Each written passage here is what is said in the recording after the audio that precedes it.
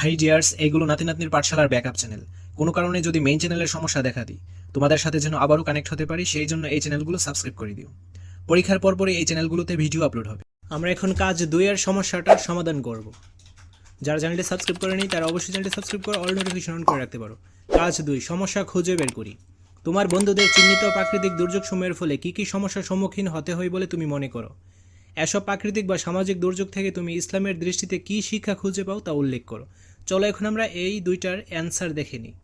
সমস্যা খুঁজে বের করি। আমাদের বন্ধুদের চিহ্নিত প্রাকৃতিক দুর্যোগসমূহের ফলে যে যে সমস্যার সম্মুখীন হতে হয় বলে আমি মনে করি তা নিচে উল্লেখ করা হলো। প্রাকৃতিক দুর্যোগের ফলে জীবনহানি, ঘরবাড়ি ক্ষয়ক্ষতি, অর্থনৈতিক ক্ষয়ক্ষতি ও পরিবেশগত ক্ষয়ক্ষতির সম্মুখীন হতে হয়।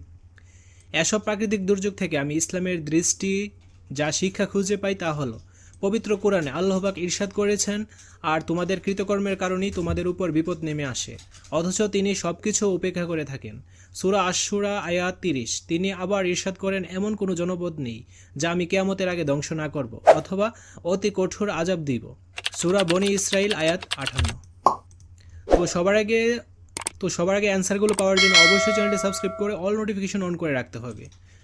তাছাড়া ভিডিওগুলো সিরিয়ালে পাওয়ার জন্য প্লেলিস্ট থেকে দেখে নিতে পারো। ধন্যবাদ সবাইকে।